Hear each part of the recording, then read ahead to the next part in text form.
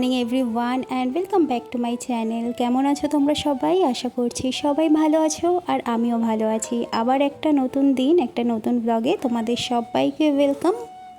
প্রতিদিনের মতো আজকেও সকাল 6:45 ঘুম থেকে উঠে পড়েছি। উঠে আগে জানলা দরজাগুলো খুলে দিলাম। সকালবেলা বাইরের আলো বাতাসটা ঘরে ঢোকা খুবই দরকার, এতে একটা আলাদাই পজিটিভিটি কাজ করে।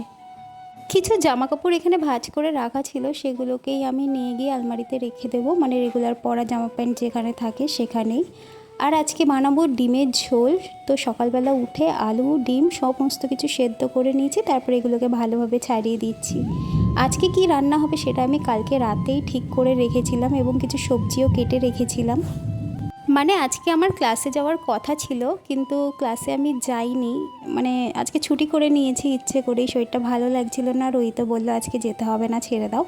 তো এখানে আমি সকালবেলা উঠে রোজকার মতোই তাড়াহুড়ো করে রান্নাবান্নাগুলো সেরে নিয়েছিলাম, আর এদিকে ব্রেকফাস্টের রেডিটাও করে নিলাম রান্নাবান্নার ফাঁকে। এখানে চাও বসিয়ে দিয়েছি আর এখানে ডিম আলুটাকে ফ্রাই করে নিচ্ছি। এবার এটাকে ঝোল করব। তো রান্নাটা ওখানে বসিয়ে দিয়ে আমি সোজা বেডরুমে চলে এসেছি বিছানাটা গোছানোর জন্য। যখন আমি ক্যান্সেল করলাম যাওয়াটা, মানে আমার ক্লাসে যাওয়াটা যখন ক্যান্সেল হয়ে গেল, তখন ভাবলাম ঘরের যে কাজগুলো পড়ে থাকে সেগুলোকে সেরে নিই, মানে বিছানা চাদরটাকে চেঞ্জ করে নিই। এটা রবিবার চেঞ্জ করা হয়নি, তাই জন্য আজকে করে নিচ্ছি। যেহেতু আমি ক্লাসে যাচ্ছি না, অনেকটা টাইম হাতে আছে, ঘরের কাজগুলো সুন্দরভাবে সেরে নিতে পারবো। তো এখানে চাদরগুলো তুলে ভালো করে ঝেড়ে নিলাম, তারপর একটা হোয়াইট কালারের চাদর পেতে নিচ্ছি।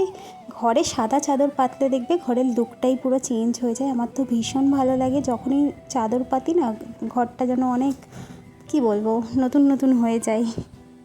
আর তোমরা যারা আমার এই ব্লগটা দেখছো, আমার এই ব্লগে যদি তোমাদের কিছু ভালো লেগে থাকে, প্লিজ আমার চ্যানেলটা সাবস্ক্রাইব করে আমার ভিডিওটা একটা লাইক কমেন্ট করে দিও। তোমাদের একটা লাইক কমেন্ট আমাকে ভীষণভাবে মোটিভেট করে আমার নেক্সট ভিডিওগুলো বানানোর জন্য। এখানে দেখো বিছানা চাদর পুরো টান টান করে পেতে নিয়েছি, আর কি সুন্দর লাগছে তাই না? আর বাইরে থেকে পুরো ঝলমলে রোদ ঘরে আসছে। বিছানা গোছাতে গোছাতে মাঝে মাঝে রান্নাঘরে গিয়ে দেখেও এসেছি রান্নাগুলো আমার হয়ে গেছে। রান্না নামিয়ে নিয়ে গ্যাসটা মুছে নিলাম। এখন কটা বাজে বলো তো? 8:30। 8:30টার মধ্যে আমার ঘরে রান্নাবান্না কমপ্লিট। এখন ঘরের বাকি কাজগুলো বাকি আছে, সেগুলো আর করিনি, কারণ আমি জানি আমি এখন ক্লাসে যাব না, তাই জন্য একটু ধীরে সুস্থেই করছি। যেহেতু আমি আগের দিন রাত্রিবেলা সমস্ত কিছু ঠিক করে রেখেছিলাম কি রান্না করব, বা টুকিটাকি সবজি কিছু কেটেও রেখেছিলাম, তাই জন্য রান্না করতে কিন্তু আমার একটুও সমস্যা হয়নি। সকালবেলা উঠে ফ্রিজ থেকে বার করলাম আর রান্না চাপিয়ে দিলাম। এখানে ডিমের ঝোল করেছি, ঝিঙে আলু চিংড়ি করেছি পোস্ত দিয়ে, এটা আমি কালকে কেটে রেখেছিলাম। আর এখানে একটু কচু আর আলু মাখা মাখা করেছি চিংড়ি মাছ দিয়ে। এটা রোহিত খাবে না, আমি আর আমার শাশুড়ি মা খাবো। ঘরের কাজকর্মগুলো একটু প্ল্যান খাটিয়ে করলে কিন্তু একা হাতেও সুন্দরভাবে সংসার সামলানো যায়। আমি যেহেতু সকালবেলা বেরোবো বলে রাত্রিবেলা সমস্ত কিছু গুছিয়ে রেখেছিলাম আর মাথায় ভেবে নিয়েছিলাম যে কি রান্না করব, তাই জন্য সকালবেলা উঠে আমার অতটা চাপ হয়নি। আর আগে কি হতো, আগে সকালবেলা উঠে ভাবতাম কি রান্না করব, তারপর বাজার থেকে সেগুলো কিছু দরকার হলে সেগুলো আনতে হতো। এখন আমি সমস্ত বাজার আগের দিনই সেরে রাখার চেষ্টা করি, যাতে সকালবেলা উঠে রান্না করতে আমার কোনো রকম অসুবিধা না হয়।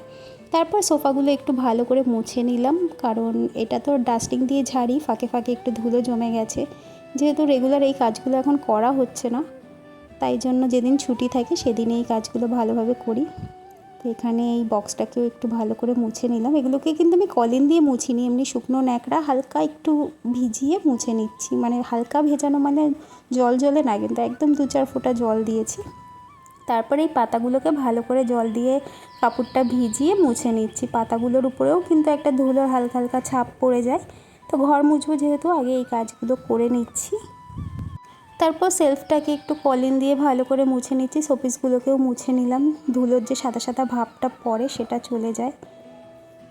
সকাল সকাল ঘুম থেকে উঠলে কিন্তু কাজকর্মগুলো অনেক তাড়াতাড়ি হয়ে যায় আর অনেক এনার্জির সাথেও কাজকর্মগুলো করা যায়।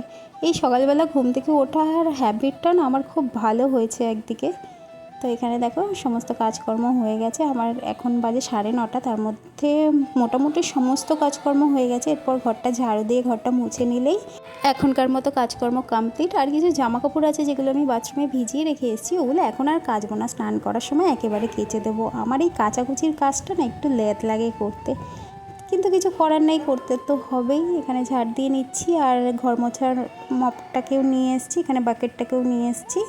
তারপর রেডি হয়ে একটুখানি ছাদে এসেছিলাম একটা রিল বানানোর জন্য। আর বাইরে দেখো সমস্ত জামা কাপড় মেলা, কিন্তু রিলটা বানাতে গিয়ে ভালো একটা হয়নি, কারণ এটা রাত্রিবেলা বললে বেশি ভালো হতো। তারপর নিচে এসে স্নান করে খেতেও বসে পড়েছি। আর কি মেনু ছিল সেটা তো তোমাদের দেখিয়ে দিয়েছি। খাওয়া দাওয়া করে একটু রেস্ট নিয়েছিলাম, তারপর উঠে রেডি হয়ে গেছি। একটুখানি বেরোনোর ছিল, অনেক দিন ধরে ভাবছিলাম পাটুলি যাব, কিন্তু আনফর্চুনেটলি সেজেগুজে বেরোলাম। অর্ধেক রাস্তায় গিয়ে রোহিতের গাড়িটা একটু ডিস্টার্ব করছিল, যার জন্য আমরা আজ যেতে পারিনি। তো ভাবলাম আজকে না গেছি কি হয়েছে, আগামীকাল যাব। তো আগামীকাল ব্লগে তোমাদের সাথে দেখা হচ্ছে। টাটা।